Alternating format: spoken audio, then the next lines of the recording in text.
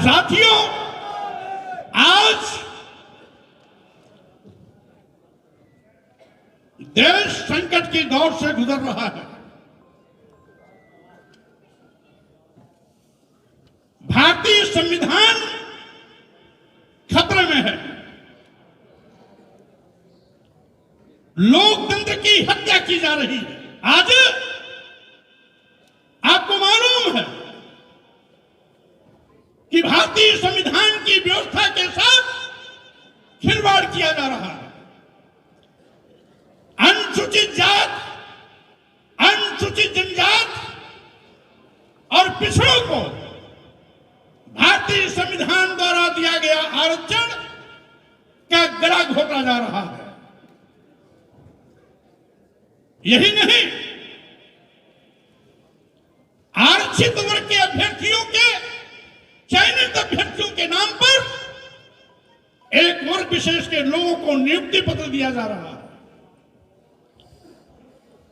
बिना विज्ञापन निकाले अनुसूचित जात, अनुसूचित जनजात और पिछड़े वर्ग के अभ्यर्थी उपलब्ध नहीं है, यह कहकर के सभी विभागों में, मेडिकल विश्वविद्यालयों में, मेडिकल कॉलेजों में और विश्वविद्यालयों में, महाविद्यालयों में एक वर्ग विशेष के लोगों की तैनाती की जा रही है। आज देश के करोड़ों करोड़ नौजवान को बेरोजगार बनाया जा रहा है, रोटी के लिए मोहताज बनाया जा रहा है। आज बेतहाशा बेरोजगारी बढ़ी है। महंगाई से आम लोगों की कमर टूट गई है। किसानों को दुगना लाभ दिलाने का वादा करने वाली भाजपा की सरकार दुगना लाभ तो आज तक नहीं दिला पाई। किसानों पर बर्बर पुलिस की लाठियां भाजी जा रही है। किसानों के रास्ते में कील और कांटे बिछाए जा रहे हैं।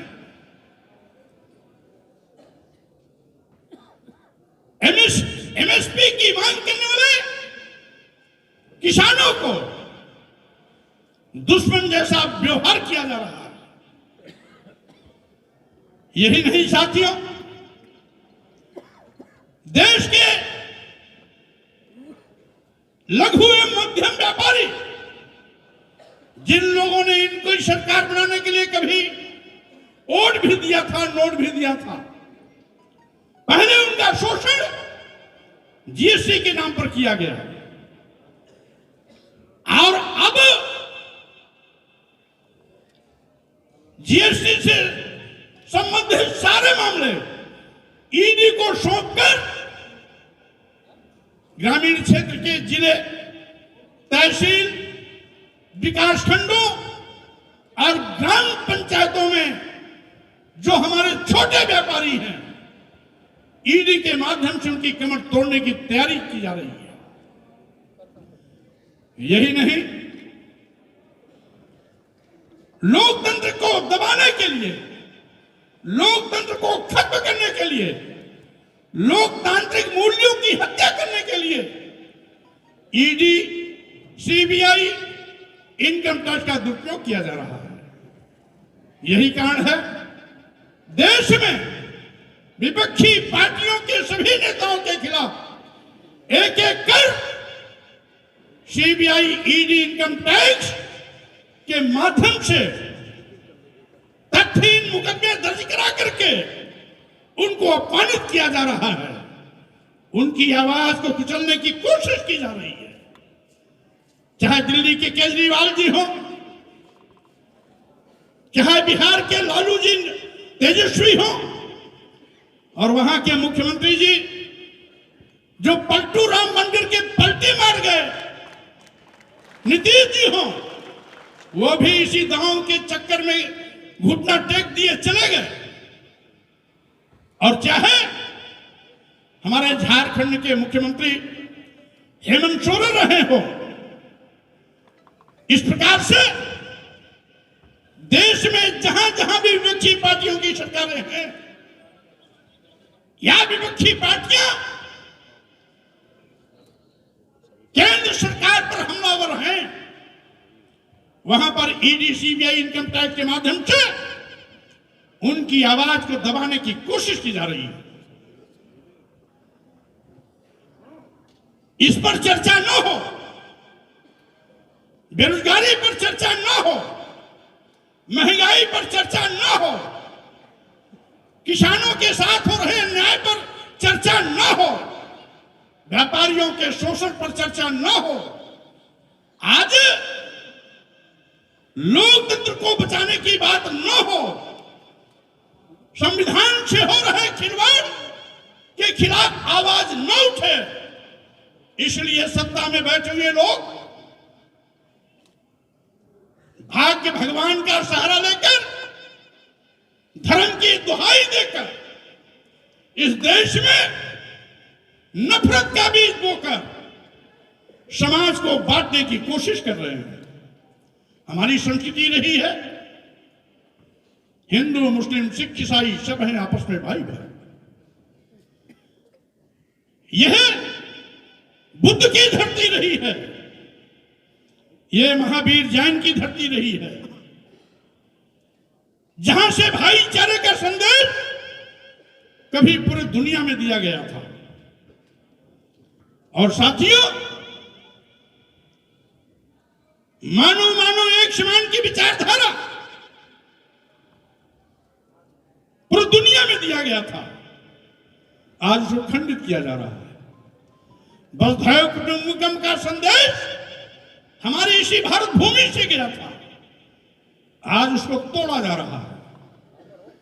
धर्म की दुहाई देकर सत्ता में बैठे हुए भूखे भेड़िए आज इंसानियत का कत्लेआम कर रहे हैं। फिर का प्रस्ती पैदा कर हिंदू मुसलमानों को दो पार्ट में बांटने का नापाक इरादा और कोशिश कर रहे हैं। मैं कहना चाहता हूं, भारतीय जनता पार्टी और आरएसएस का जो इतिहास है इस बात का गवाह है कि इस देश की आजादी में स्वतंत्रता संग्राम सेनानियों में उनके परिवार और कुनबे का कोई व्यक्ति हिस्सेदार नहीं रहा, और इसीलिए इस देश से उनको कोई लगाव भी नहीं है। वो देश को लूट रहे हैं। ये पहली सरकार है केंद्र में बैठी हुई जो देश की राष्ट्रीय संपत्तियों को, राष्ट्रीय संपदा को बेचने का पाप कर रही है। आपने देखा होगा देश के सभी बंदरगाह बेच दिए गए, सभी एयरपोर्ट बेच दिए गए, एयर इंडिया बेच दिया गया, सभी रेलवे स्टेशन बेच दिए गए, कई दर्जन ट्रेनें अपने चहेते उद्योगपति अदानी और अंबानी के हवाले कर दिया। एलआईसी जैसी बड़ी संस्था जहां लाखों लाख लोग काम करते हैं उसको भी अदानी को सौंप दिया। यानी जिन सरकारी विभागों में देश के नौजवानों को उम्मीदें थी कि आने वाले दिनों में इन विभागों में भी हमें सरकारी नौकरी के रूप में सेवा का अवसर मिल सकता है, लेकिन जब वो निजी हाथों में चले गए तो कोई किसी भी वर्ग समाज का नौजवान हो वो अब सरकारी नौकरी के लिए मोहताज हो जाएगा। सरकारी विभागों में ही आरक्षण लागू होता है।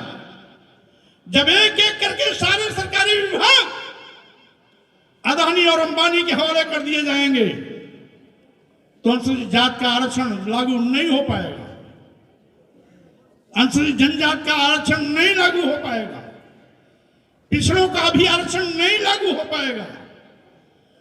आरक्षण न देना पड़े इसलिए यह सरकार एक साजिश के तहत सरकारी विभागों को सरकारी उपक्रमों को निजी हाथों में बेचने का पाप कर रही है। सरकारी संपत्तियों को बेचने का मतलब यह सरकार देश को बेच रही है। देश की जनता की गाढ़ी कमाए खून पसीने की मेहनत से आए हुए टैक्स के बिना पर बने हुए सरकारी संपत्ति संपदा और विभाग एक एक करके उद्योगपतियों के हवाले किए जा रहे हैं। जो भी विज्ञापन आता है पिछड़ों के 27% आरक्षण के बजाय 27 के सापेक्ष मात्र कहीं 5% दिया जाता है, कहीं 8% दिया जाता है। अनुसूचित जाति अनुसूचित जनजाति के आरक्षण 22-23% के सापेक्ष कहीं 4%, कहीं 3%, कहीं 2% में समेट दिया जाता है। यहां तक कि तमाम विभागों में हमने यह भी देखा कि विज्ञापन में ही कहीं कहीं पिछड़ों के आरक्षण को 0 कर दिया जाता है, तो किसी विज्ञापन में अनुसूचित जाति के आरक्षण को 0 कर दिया जाता है, तो कहीं पर अनुसूचित जनजाति के आरक्षण को 0 कर दिया जाता है। साथियों, आज ये सरकार देश के लोगों के आंख में धूल झोंक रही है। एक कहावत है, गांव में लोग कहते थे, राम नाम जपना पराया माल अपना। ये भारतीय जनता पार्टी के लोग राम राम जप करके पूरे देश का माल हड़पने की कोशिश कर रहे हैं। सावधान हो जाना।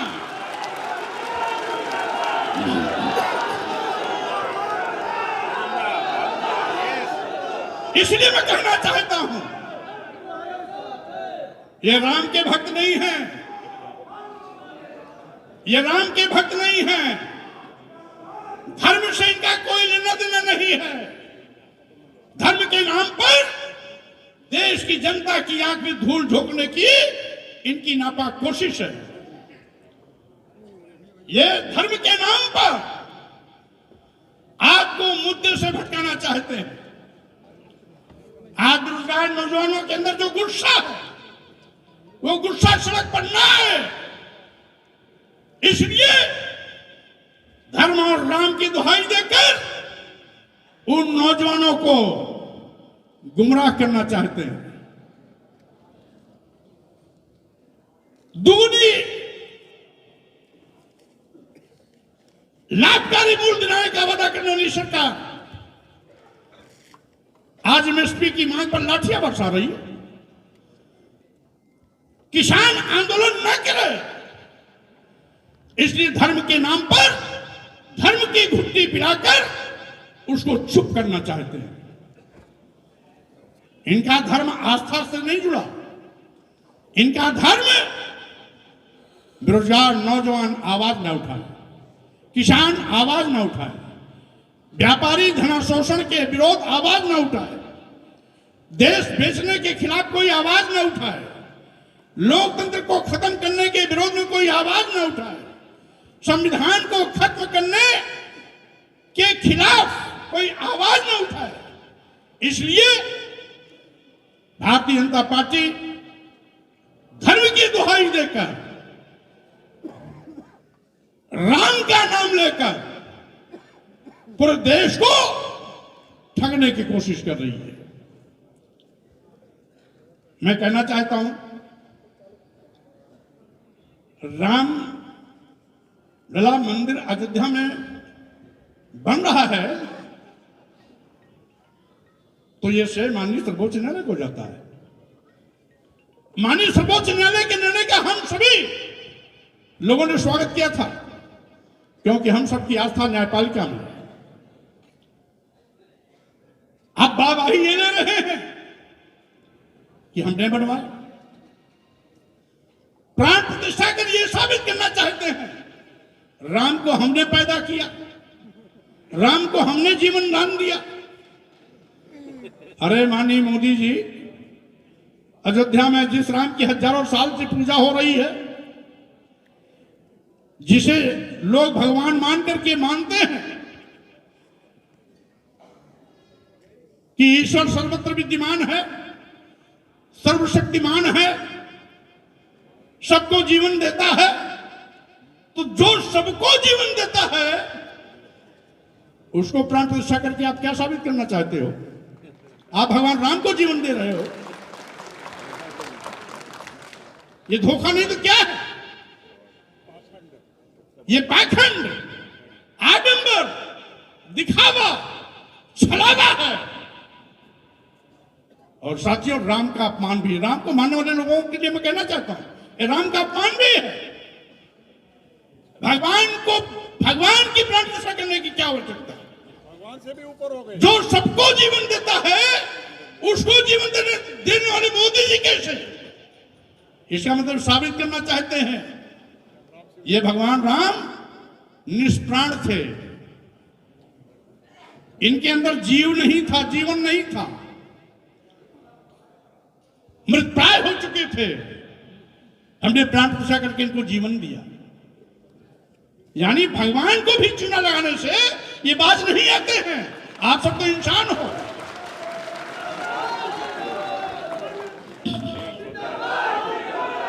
यानी आप सब तो इंसान हो, ये तो भगवान को भी धोखा देने में माहिर है।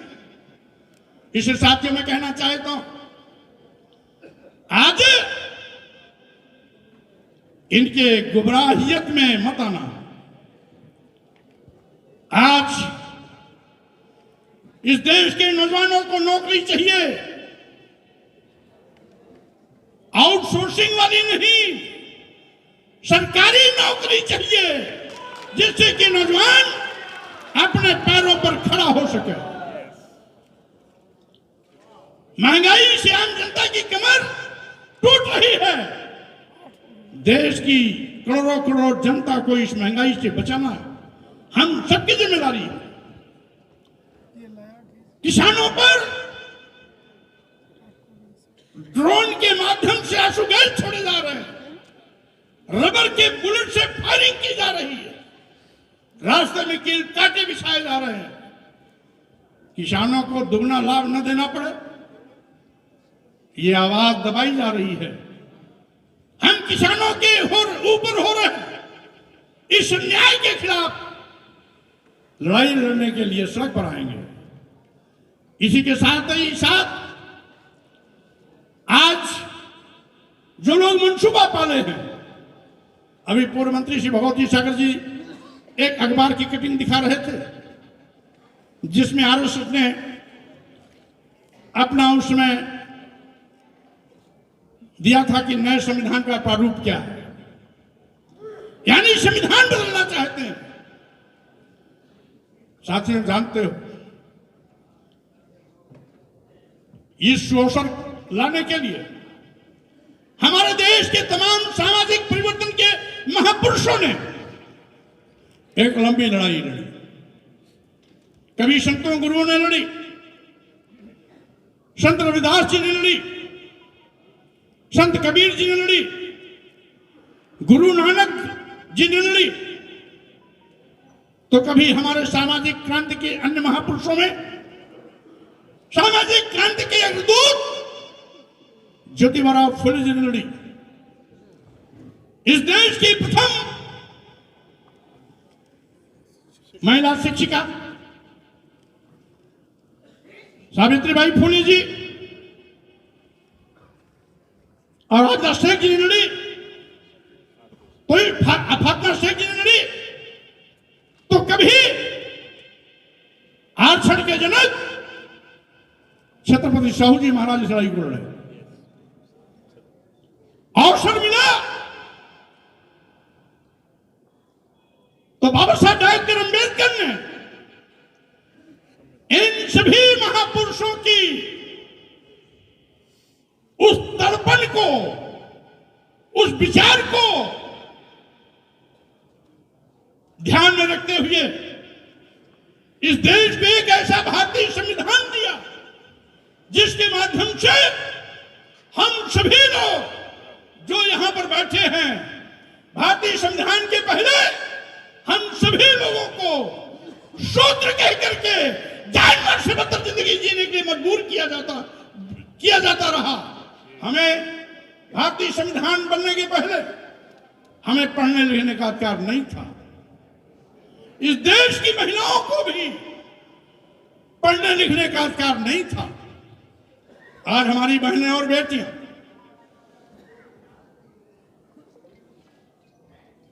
ऊंचाइयों के शिखर पर हैं। आईएएस के रूप में, आईपीएस के रूप में, डॉक्टर, इंजीनियर, प्रोफेसर के रूप में। यह देन भारतीय संविधान की है। आज हमारे बीच में जहां तमाम प्रोफेसर, डॉक्टर, इंजीनियर, डीजीपी आदि लोग बैठे हैं, जज, आज तमाम लोग बैठे हुए हैं, ये देन बाबा साहब डॉक्टर अंबेडकर की है।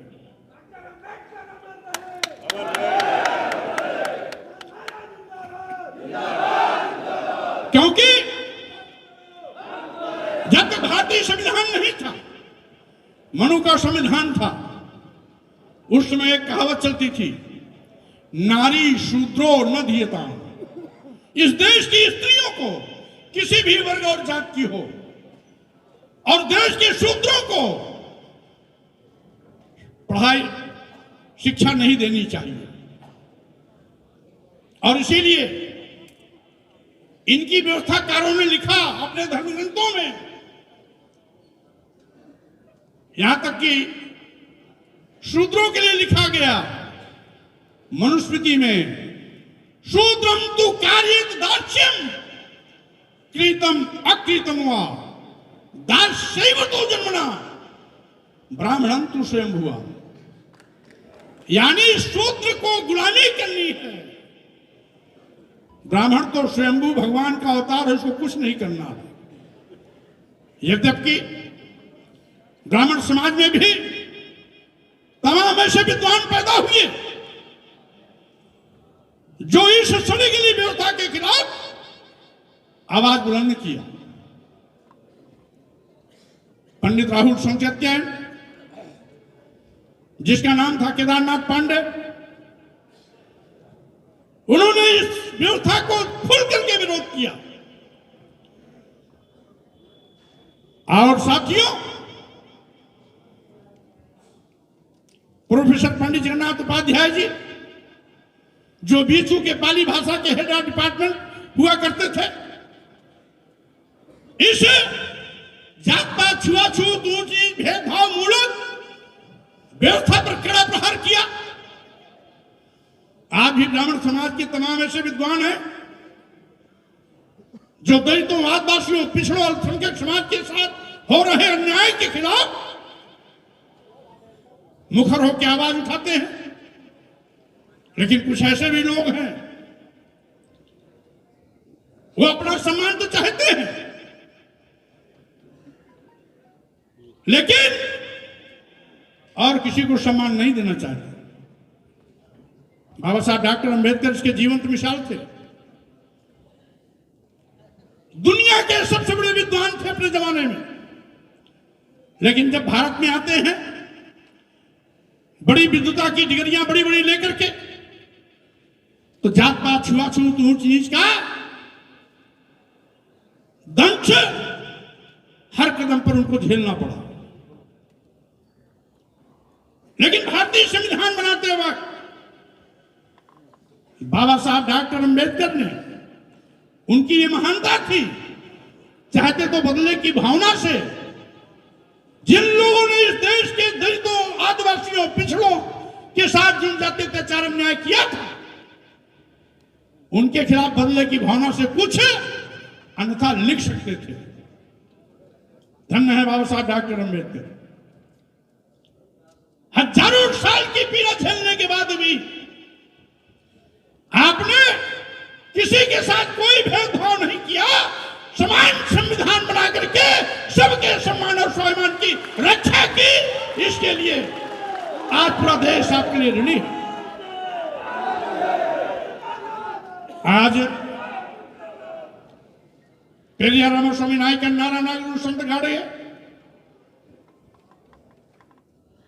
रामस्वरूप वर्मा जी, पेरियार ललई सिंह यादव जी, शहीद जगदेव कुशवाहा बिहार, इन महापुरुषों का नमन करता हूं, अभिनंदन करता हूं। साथ ही साथ सामाजिक परिवर्तन के महानायक मानवर कांशीराम जी ने जो एक नारा दिया था कि जिसकी जितनी संख्या भारी उसकी उतनी हिस्सेदारी के फार्मूले पर चलते हुए राष्ट्रीय सोशलिस्ट समाज पार्टी के माध्यम से मैं सबके सम्मान स्वाभिमान सत्ता शासन में हिस्सेदारी को बराबर सुनिश्चित करने का काम करूंगा। यह हमारा संकल्प है।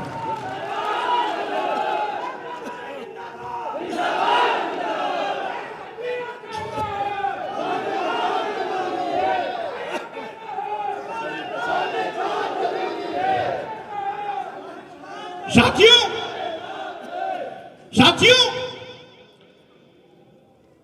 हमने छत्रपति साहू जी महाराज, ज्योतिबा फुले जी, बाबा साहब डॉक्टर अंबेडकर, पेरियार रामास्वामी नायकर, नारायण गुरु संत गाडगे तो नहीं देखा, लेकिन इनके विचारों के कारवां के संवाहक मानवर कांशीराम जी के साथ लंबे अरसे तक काम करने का अवसर जरूर मिला है। आज मैं मानवर कांशीराम जी के सामाजिक परिवर्तन रूपी स्कूल का पढ़ा लिखा छात्र रहा हूं और इसलिए मेरी लिए कोशिश होगी कि जो मानवर कांशीराम जी का सपना था, मानवर कांशीराम जी का सपना था, अपने भाषणों में शुरुआती दौर में कहते थे, कैडर कैंपों में कहते थे, और एक बार मीडिया के लोगों ने इलाहाबाद प्रयागराज जिसका नाम हो गया, एल्चिको होटल में बामसेप के राष्ट्रीय अध्यक्ष के बाद जब DS4 बनाया, DS4 के बाद जब उन्होंने BSP बनाया, तो प्रेस कॉन्फ्रेंस में पत्रकारों ने पूछा, उन्होंने कहा मैं अपने महापुरुषों के सपनों का भारत बनाना चाहता हूं। तो पत्रकारों ने पूछा कि कांशीराम साहब, आपके महापुरुषों का सपना क्या था? तो मानवर कांशीराम जी ने कहा था, मैं सम्राट अशोक के सपनों का भारत बनाना चाहता हूं।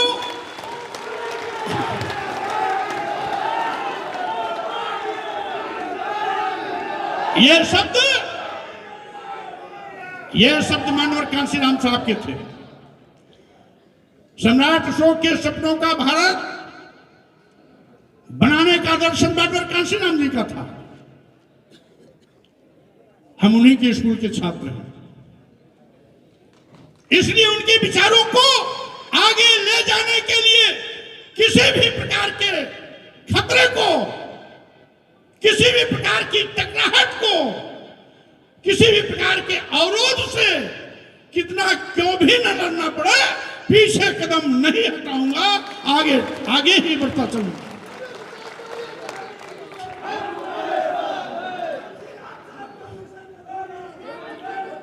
इस साथियों, हम जानते हैं, हमें भी जानते हैं कि 3-4 दिन की तैयारी में आपको यहां आना पड़ा।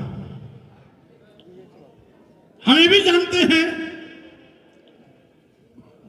कि रास्ते में गाजियाबाद नोएडा सीमा पर आपको बड़ी दिक्कतें भी झेलनी पड़ी। बहुत से साथियों को बसें वहां पर रोक ली गई, आने भी नहीं दिया गया। उसके बावजूद इतने कम समय में आपने जो इस प्रतिनिधि सम्मेलन में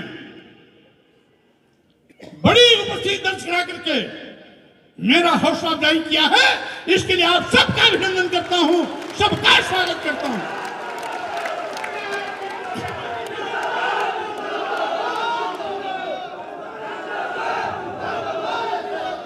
मैं अपेक्षा करता हूं आप सभी लोगों का सहयोग इसी प्रकार से सदैव आगे भी मिलता रहेगा। और साथ ही साथ हमें भी जानते हैं कि आप खूब जल्दी जाना भी है, बहुतों की ट्रेनें इंतजार कर रही होंगी, बहुत की ट्रेनों का समय भी हो रहा। जो लोग बस भाड़े पर छोड़ के आए उनको वहां बस भी पकड़ना होगा किसी किसी रूप में, ये भी जानता हूं। लेकिन उसके बावजूद आज मैं इतना ही कहना चाहता हूं, देश और प्रदेश की हालात बहुत बिगड़े हुए हैं। इस बिगड़े हालात को सुधारने के लिए हम सबको मिलकर के मजबूत लड़ाई लड़नी होगी। मैं अपेक्षा करता हूं कि आपने जो मुझसे उम्मीदें रखी हैं, आपकी उन उम्मीदों की कसौटी पर मैं खरा उतरूं, इसके लिए जितने भी संघर्ष की आवश्यकता होगी उतने संघर्ष किए जाएंगे, उतनी मेहनत की जाएगी। लेकिन हमारी कोशिश होगी कि कभी भी आपका सिर झुकने नहीं दूंगा, आपका सिर हमेशा ऊंचा उठा के रखूंगा।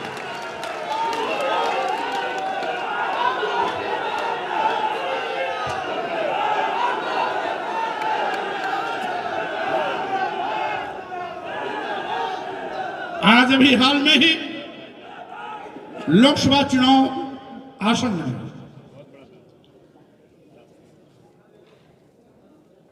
आप सभी लोगों ने आज एक नई जिम्मेदारी दी,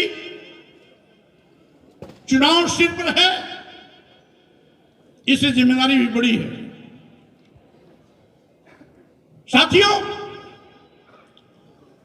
हमारी कोशिश होगी इस देश को लुटेरों से बचाया जाए।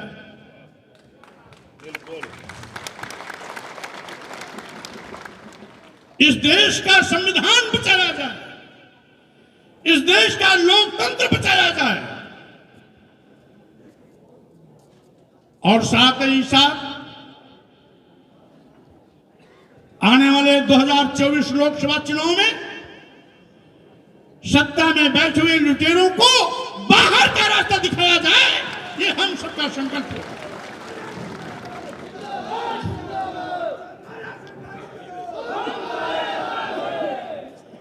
विपक्षी पार्टियों का गठबंधन लगभग बन चुका है। वो गठबंधन इंडिया अलायंस, जिसको हम सब ताकत देकर के और भी सशक्त बनाएंगे। आज हमें खुशी है, लगभग 40 पार्टियों के राष्ट्रीय अध्यक्ष और राष्ट्रीय अध्यक्ष अथवा उसके प्रमुख महासचिव यहां पर उपस्थित होकर अपना सहयोग दिए हैं, हमारा हौसला अफजाई किए हैं। उन सबको भी बहुत बधाई, शुभकामनाएं।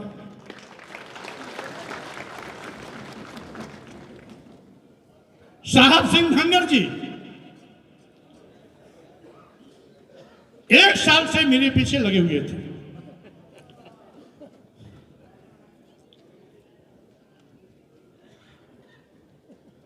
और साथियों,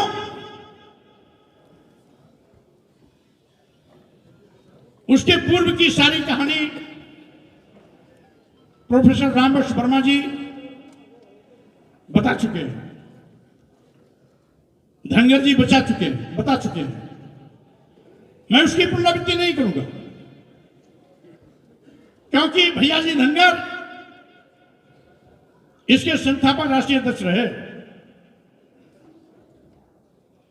4 महीना पहले दिलीप चौधरी जी को इन्होंने राष्ट्रीय अध्यक्ष बना के इसकी जिम्मेदारी सौंपी। 1 साल से ये इतने धुन के पक्के थे कि ये निराश नहीं हुए, और इरादा इनका इतना पक्का था, विश्वास था कि आज नहीं तो कल मौर्य जी को अपने साथ में खड़ा कर लूंगा।